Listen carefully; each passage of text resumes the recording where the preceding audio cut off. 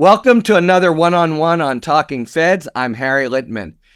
The circumstances in Israel seem to get more excruciating by the week. The war in Gaza has now become the longest in Israel's history. World support for Israel's operation there continues to weaken, and the International Court of Justice recently ordered the state to end its presence in the occupied territories as rapidly as possible. Large areas of the tiny country are war-torn and effectively uninhabitable. The country has entered into a sort of episodic tit-for-tat with Iran and now braces for a retaliatory attack in the wake of the assassination in Tehran of Hamas political leader Ismail Haniyeh. The hostages captured on October 7 remain largely beyond Israel's reach, and perhaps most unsettling for a country that has generally maintained solidarity in its struggle for existence, simultaneous with a cacophony of divided political opinion at home. There seems to be pronounced internal strife within the country and deep divisions in society brought on by these various crises. Like the entire world, I'm at a total loss to identify a clear path forward, but I can immediately identify the best person to discuss that path and the current agonizing state of affairs within Israel, and that would be Yossi Klein Halevi. I've heard him in Israel and elsewhere. He is a senior fellow at the Shalom Hartman Institute in Jerusalem. Together with Iman Abdullah Antepli of Duke University, he co-directs the Institute's Muslim Leadership Initiative, which teaches emerging young Muslim American leaders about Judaism. His 2013 book, Like Dreamers, won the Jewish Book Council's Everett Book of the Year Award, and his latest book, Letters to My Palestinian Neighbor, is a New York Times bestseller. Yossi Klein Halevi, thank you so much for joining me today. It's great to be with you, Harry. I have to say that listening to the litany of Israel's woes just made me feel even more depressed than I was coming into this conversation. I know. I mean, I've listened to you a lot, and it's hard. I think everyone, but thoughtful people certainly just toggle back and forth between a kind of daily life and resolve, and then a really unavoidable moroseness when you take it all in at once. But that's what we're here for. So talking with you, I think, presents a wide range of opportunities for our listeners. We don't go abroad all that much. I'd like to focus on your current article in the Wall Street Journal, A Divided Israel Braces for Retaliation, and your latest podcast discussion with Daniel Hartman in the Hartman Institute For Heaven's Sake podcast series. So let me start within Israeli society itself. You write in the journal that even as we brace for an Iranian attack, we are preoccupied by internal strife. Can you just spell that out a little more?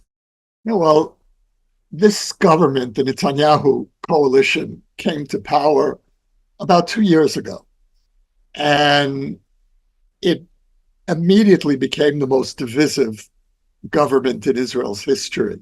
It attempted to subvert the Supreme Court, which is Israel's only real bulwark against an authoritarian regime. We have very weak institutions, unlike the US. We have the court, and given our parliamentary system, without a strong court, the prime minister would essentially be controlling the entire system. And so Netanyahu tried to shift power completely to his hands. And as a result of that, we had the most sustained protest movement in Israel's history. We were out in the streets, many of us, every week for a year. Me, the most moving thing about those demonstrations were the thousands of giant Israeli flags. Yeah. And, veterans from every war. Yeah. And it was led by veterans. So there was no more patriotic protest movement in the world than that. And but the Netanyahu government really was tearing us apart. And well, I don't mean to, because I just want to set up the conversation. So the internal strife you're talking about that exists even as we brace for an Iranian attack, you're actually referring to the whole sort of 2 year, the whole follow through from Yeah. the domestic crisis?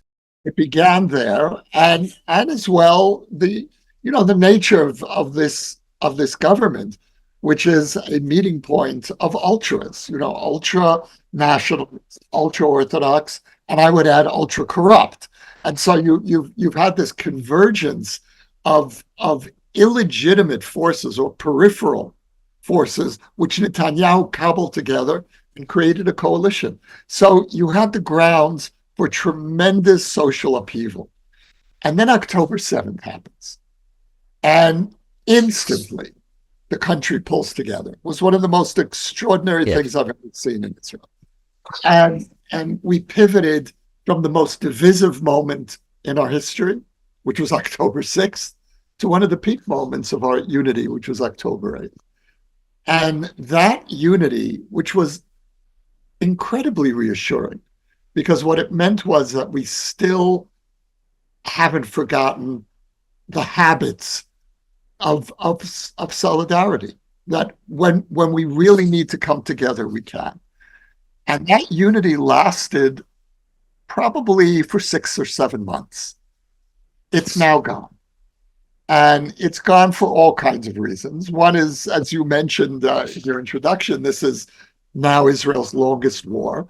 And there is a feeling among many Israelis that Netanyahu may be prolonging the fighting for his own political needs, to keep himself in power and to deflect protest. And the fate of the hostages has really gone from being the most unifying force in the initial phases of the war to being one of the most divisive. And the way that plays out is that one part of the country believes that we should prioritize saving the hostages, even if it means leaving Hamas in power. And another part of the country believes that we need to prioritize victory over Hamas. Now, from my point of view, these are both legitimate goals, more than legitimate, they're essential goals. And the tragedy of this moment for Israel is that we're torn between two essential Israeli values. Yeah. The first is that we take care of each other. And if there are 100 Israelis in Hamas captivity, we do everything we can to get them back. The second essential Israeli value is that when you have a genocidal regime on your border that did that to the Jewish people, that did October 7th, you don't leave them in power. And so it's an impossible choice. But what's happening is that we're tearing each other apart instead of recognizing that, well, the other camp has a valid position. I just believe that my position is more urgent. And that's okay. But that's not the way the debate is playing out. Okay, I see. And it seems like you think the fundamentally corrupt and extremist government might be playing into that. But what strikes me about that, Yossi, is that all the elements that we've identified, the conflict between, annihilation of Hamas and rescue of the hostages, the elements were in place October 8th. But Israelis are smart, Israelis are strategic, Israelis are pragmatic. So these conflicts that you're discussing seem they were all in place October 8th. What happened that the society that first, I guess, didn't see or wasn't torn by these, necessary tensions between fundamental goals, now all of a sudden not only feels them, but is demoralized by them? Yeah, I think you're right. It was there from the very beginning. But I would quibble with one of your descriptions of the Israeli persona, which is that Israelis are strategic. Israelis are not strategic. Yeah.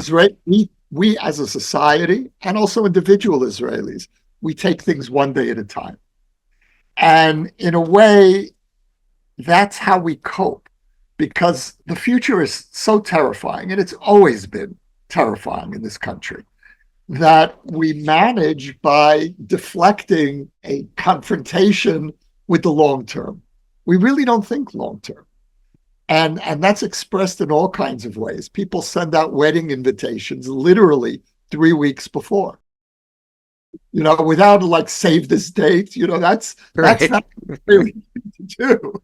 Plus, So they show up in T-shirts. I absolutely, yeah, absolutely. right. They're so rude during the ceremony. Don't get me started. That's my American background coming out. Yeah, all right. That's a really good point, and I think your basic brief against the what's happening now is the absence of strategy on all these fronts. It also feels as if maybe within Israel there's a possible shift. Is it a partial shift from an extirpation root and branch in Gaza to a sort of, calendar of assassinated leaders who I think have now everyone's been killed apart from Sinwar, who's just been announced as the new leader of Hamas.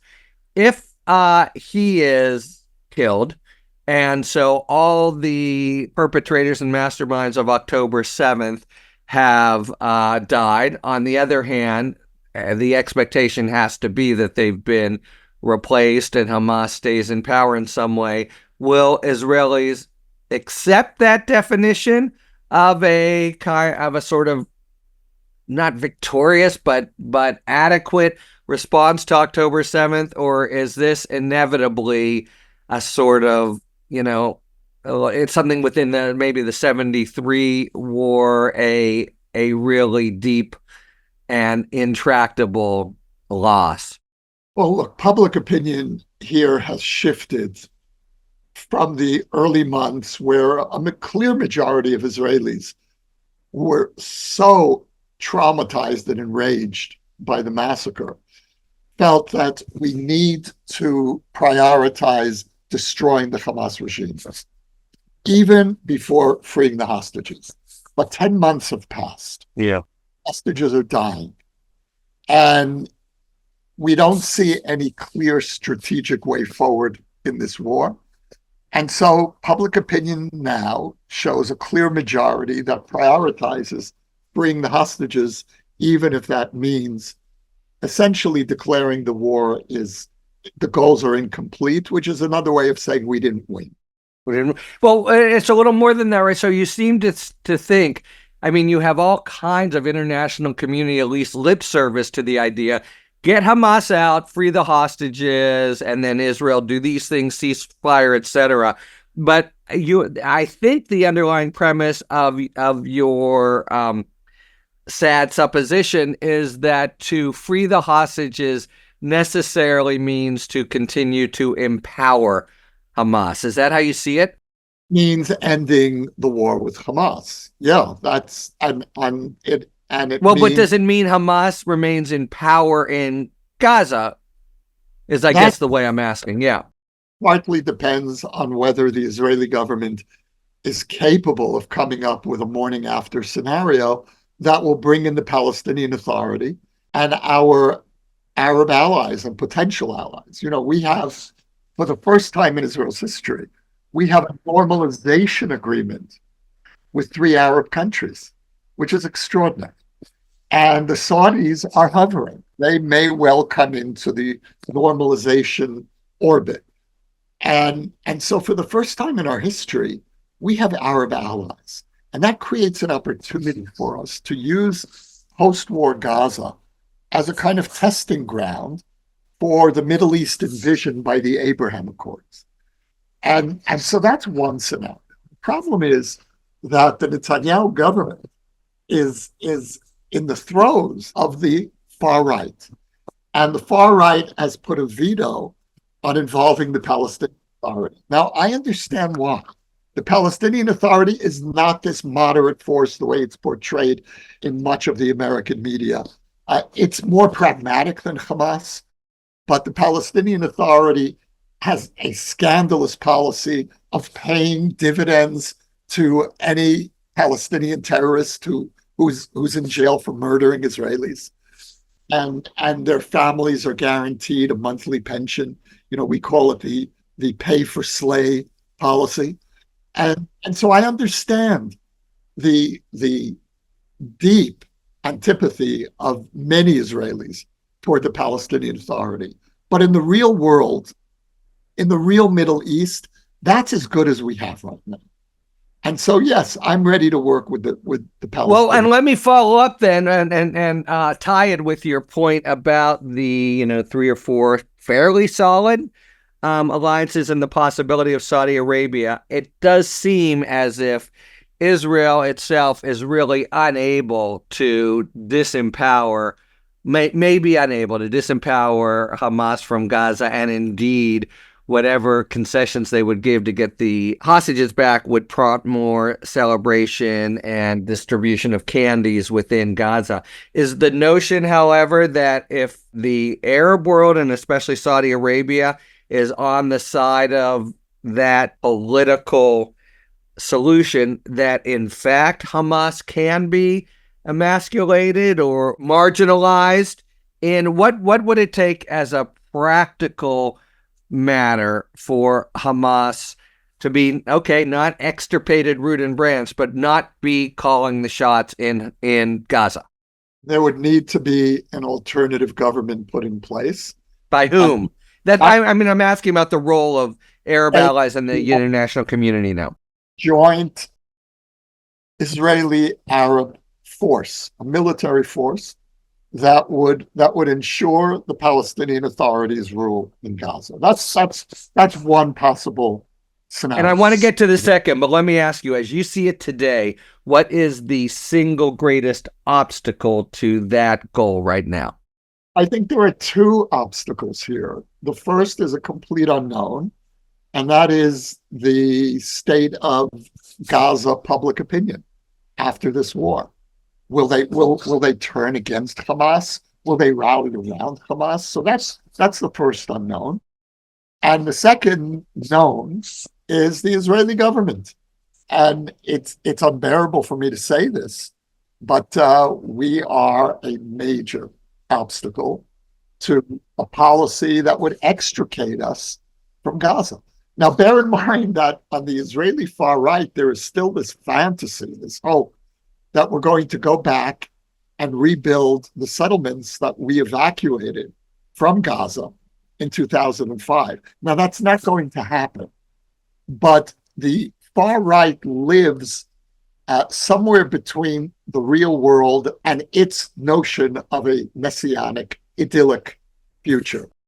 And there is no way that we will be rebuilding settlements in Gaza, but people really believe that we can, should, and will.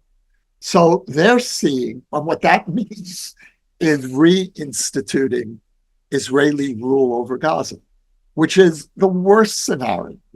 That's a nightmare.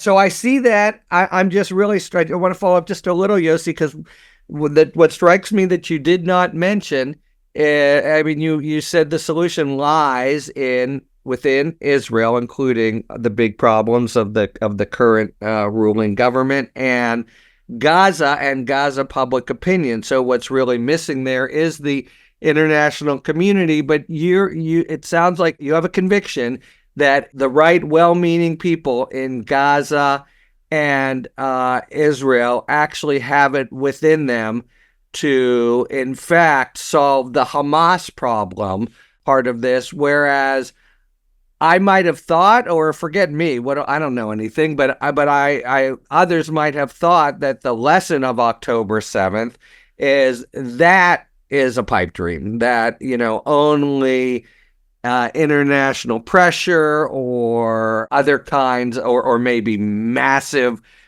military victory or whatever holds that promise. But it sounds like you see that as being within the ken of Israelis and Gazans together. The question really is, what do we mean by a good post-war solution? Yeah. There's the dream, which is peace, and then there's the reality, which is what is the most practical way that we can start imagining the reconstruction of Gaza without bringing Hamas back to power. Now, I think back to power. So you see them now as disempowered? The truth is we don't know. Yeah. Okay. That's the truth. There's chaos. And Hamas certainly still has enough power to terrorize people, but does it really have the power any longer to govern? I don't know the answer to that. I don't think we'll know until the war begins to subside. And, to talk about a complete cessation of fighting, I think we're going to be fighting Hamas in one form or another for a long time. Let's shift gears a little now to one of the other existential problems. Israel is in a much tenser and more dangerous situation, if not a full-on war with Iran. And there's been, I think your words have been tit for tat, but the country is braced for retaliation, you say, but you suggest that means when an entire nation lives under the threat of imminent retaliation, deterrence, the core of Israel's military doctrine has failed. And I didn't quite follow. I mean, it feels to me that the nation always has lived under the threat of imminent attack since 48 or 67 or whatever. What is it that there's an expectation now that Iran will strike back, hopefully in some rational, tempered way? Why does that fact suggest to you that deterrence has failed? Israel has been assassinating Iranian nuclear scientists for the last 20 years, many of them inside Iran. And we've been sabotaging their nuclear facilities. A few years ago, we stole their entire nuclear archives. And there was no direct retaliation because Iran was deterred. What happened on October 7th was that our weakest enemy, which is Hamas, of forces arrayed against us, our weakest enemy. Hamas delivered the most devastating blow in Israel's history, certainly psychologically. And so one consequence of that is that our deterrence collapsed. And when we assassinate not an Iranian official, not an Iranian nuclear scientist, but the head of Hamas, yes, we did it in Tehran, but we've done far more provocative actions in the heart of Tehran, directly against Iran, than we did in this case.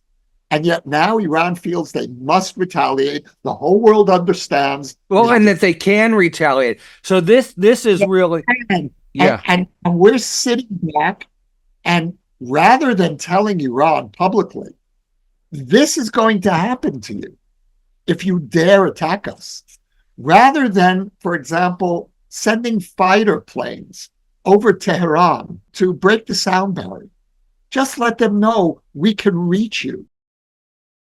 A whole country is sitting close to our air raid shelters. We're cleaning out our shelters. We're stocking them. Yeah. And I'm asking myself, where am I living? Is the state of Israel? And so that's the shattering. That's the post-October shattering that so many of us feel. Wow. I still want to follow this up a little. I mean, I've been there at a time when I was damn sure that I and my family knew where the closest safe room was at any given time, etc. But do I hear this right? I mean, I think part of the conception, even among philo-Semites and Israelis in the States, is terrible tragedy, worst moment in Israeli history, massacre, etc. But essentially, as you say, the triumph, the successful execution of a sort of ragtag, medieval, completely, primitive, nasty group on October 7th, unrelated to the much more sophisticated, geopolitical real powers in the world. But I hear you say, Yossi, that the exposure of weakness and just the imposition of torment and agony on Israeli society from these attacks with, after all, bicycles and just any kind of ragtag stuff they could muster, has had the political impact of making Tehran think, you know what, we can go after Israel now when we couldn't have before. I mean, it in no way diminishes Israel's ability to fly over Tehran. Do I have that right? Absolutely. Yeah. Absolutely. So do you see the potential confusion? That deterrence here is not based necessarily on objective fact. Deterrence in the Middle East is psychological. Yes. And that psychological wall that protected Israel was breached. We Yes. feel our enemies smell it. And as a result of that, we're in situations that we have rarely, if ever, been in before. So you think that, if you could do a sort of mindset in October 8th of Tehran, it would be, comrades, we now know that the Zionist enemies are exposed in some ways and flinch when thousands of people are massacred, etc. Therefore, we were scared yesterday, but in 2015, Khamenei, the supreme leader, I love that title, supreme leader of Iran. I like, the U.S. has one of those sometimes. Anyway, go ahead. Well, we know that in Israel now. Right. And and the media just with a straight face calls him the supreme leader. Right, right. So in 2015, Khamenei gave a speech, and he said, the countdown is on. Israel has 25 years left to live. It will be destroyed within the next 25 years. Yeah. After that speech, they placed what they call the doomsday clock in downtown Tehran, which is keeping track every passing day leading up to 2040. 2040 is the year that Khamenei, with his supremacy, divine prophecy, yeah. Predicted that Israel would be destroyed. So they've been saying that now for years without any basis in reality. Along comes Hamas, and they deliver this unprecedented blow. And suddenly people start thinking, wow, maybe this guy's right. maybe Israel really is doomed. And when you listen, who are these people? People within Iran? You're saying? I would say the Iranian axis, Hamas, Hezbollah, Syria, right, the Houthis in Yemen, and the radical Shiite axis with some Sunni allies. And for the first time, October 7th gave a certain credibility to the notion that one can conceive of the demise of Israel. And that's the new reality that we're living in. Now, even if objectively speaking, it's not true. Okay, we were caught off guard. We rallied. We have devastated Gaza. We have proven our resolve. We've now assassinated one Hamas leader after another and Hezbollah leader after another. But what happened on October 7th was a breach, a psychological breach. And I thought that the Gaza war would help us regain some of our lost deterrence. We would not be in this situation today if we hadn't.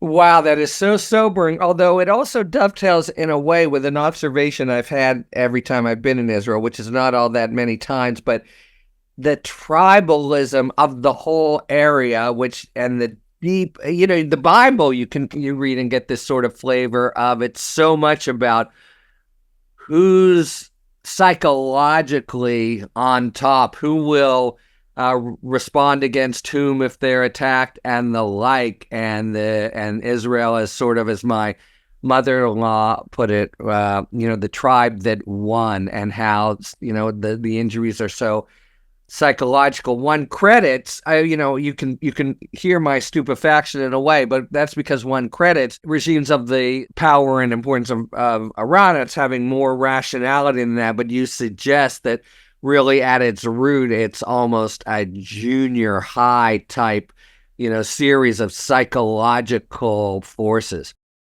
Well, I want to go back to what your mother-in-law said. Okay. that Israel is the tribe that won. Israel is the Jews Yeah, are the only minority in the Middle East right. that has succeeded in creating its own nation state. The Christians in Lebanon almost did it. The Kurds are trying to do it, but only the Jews succeeded in actually Right. creating not just a nation state, but the most powerful state in the region, which is otherwise Arab and Muslim for thousands of kilometers around us. And all these other minorities, which are beleaguered, which are especially in the last decades, are living increasingly under uncertainty and even fear. So you can look at the minorities of the Middle East spectrum. On one end of the spectrum are the Yazidis, who were really the most vulnerable and devastated minority. The other end of the spectrum are the Jews. And we really learned how to take care of ourselves, how to defend ourselves. And so the blow of October 7th is so frightening precisely because we look at the situation of minorities in the Middle East. And we know that if we don't have a Jewish state, we don't have a Jewish army, 7 million Jews are in life and death danger. And there's this notion of which is gaining ground, and that, we can do away with the Jewish state, and in its place we can have some fantasy utopian beautiful state from the river to the sea, which would be a Palestinian majority state. And we know, especially after October 7th, what the fate of the Jews will be, and it'll be the fate of the Yazidis. And there have been a lot of comparisons in the Jewish world to the Holocaust, between October 7th and the Holocaust. And I think that those comparisons are unnecessary. For me, the comparison is the Yazidis. This is a Middle Eastern event. What happened on October 7th has nothing to do with what happened in Europe to the Jews. It is the fate of Middle Eastern minorities. I don't need Auschwitz to remind me that I need to be strong and resolute. I have the Yazidis. I have the Christians in Lebanon. I have the Copts in Egypt. I know what happens to vulnerable minorities in this region. And so this war that we're fighting is really about undoing the disastrous perception of Israeli weakness that set in as a result of October 7th. This segues to exactly where I wanted to end, and as does your sort of edition of the 2040 prophecy. You wrote in the journal about David Ben-Gurion, Israel's founder, and about his statement in 1948. The test of Zionism will be when Israel turns 75. By then, the children born will no longer meet Holocaust survivors or the founding generation. Our belief in the righteousness of our cause will require a renewed definition. So now, at 75, 76, and entering the last 25 years of its first century, how is the concept of Zionism being tested in your view? I mean, look, what we did for most of the history of Israel was physically build this country. We built an army. We resurrected Hebrew. We created an infrastructure out of nothing. We created a country from a blank Jewish slate. And now the challenge that we're facing is, what does this country mean? There are several levels to that question. The most basic is, how do we govern a country of Jews, each of whom has their own idea of what this place is supposed to be like? We are so divided by multiple schisms over religious and secular tensions, left and right, the future of our borders, of the settlements, the question of the balance between Jewish identity and democratic identity, the place of Arab Israelis in a Jewish state, Arab citizens of Israel. And so how do we govern ourselves without reaching the point that we did before October 7th, where we were really beginning to tear each other apart. And, you're doing that in the States, but you're a very big country, and the countries on your border are Canada and Mexico. The greatest threat you face is that there are too many Mexicans who want to become part of your society. They want to become American. I'll drop an asterisk on that one and a standing objection, but I don't want to stop your flow. But anyway, go ahead. Yeah. They're not terrorists looking to destroy America. Our neighbors are not terrorists looking to destroy us. I agree. I don't mean terrorists tend to be domestic these days, but anyway, go ahead. I don't mean to downplay the dilemmas of open borders. I really don't. But in terms of, when an Israeli looks at the American predicament, when we look at your geography, we think, wow, that's really that's a rich person's problem. Israel is the size of New Jersey, period. Yeah. It's New Jersey. That's really our predicament. So we need to figure out, how do we govern ourselves? What is the shared ethos? Because if we don't determine that, we don't have a constitution, for example, because we've been deferring that self-confrontation. We can't afford any longer to put off the question, who are we? How do we relate to each other? How do we resolve? How do we compromise over our life and death divides? And we have no answer to that. And I'll just add, emphasize one other part of the Ben-Gurion formulation, which is our belief in the righteousness of our cause, maybe ending where we began, which is the remarkable cohesion at existential levels of Israeli society, which it seems like from your account, Yossi, are really themselves under some siege.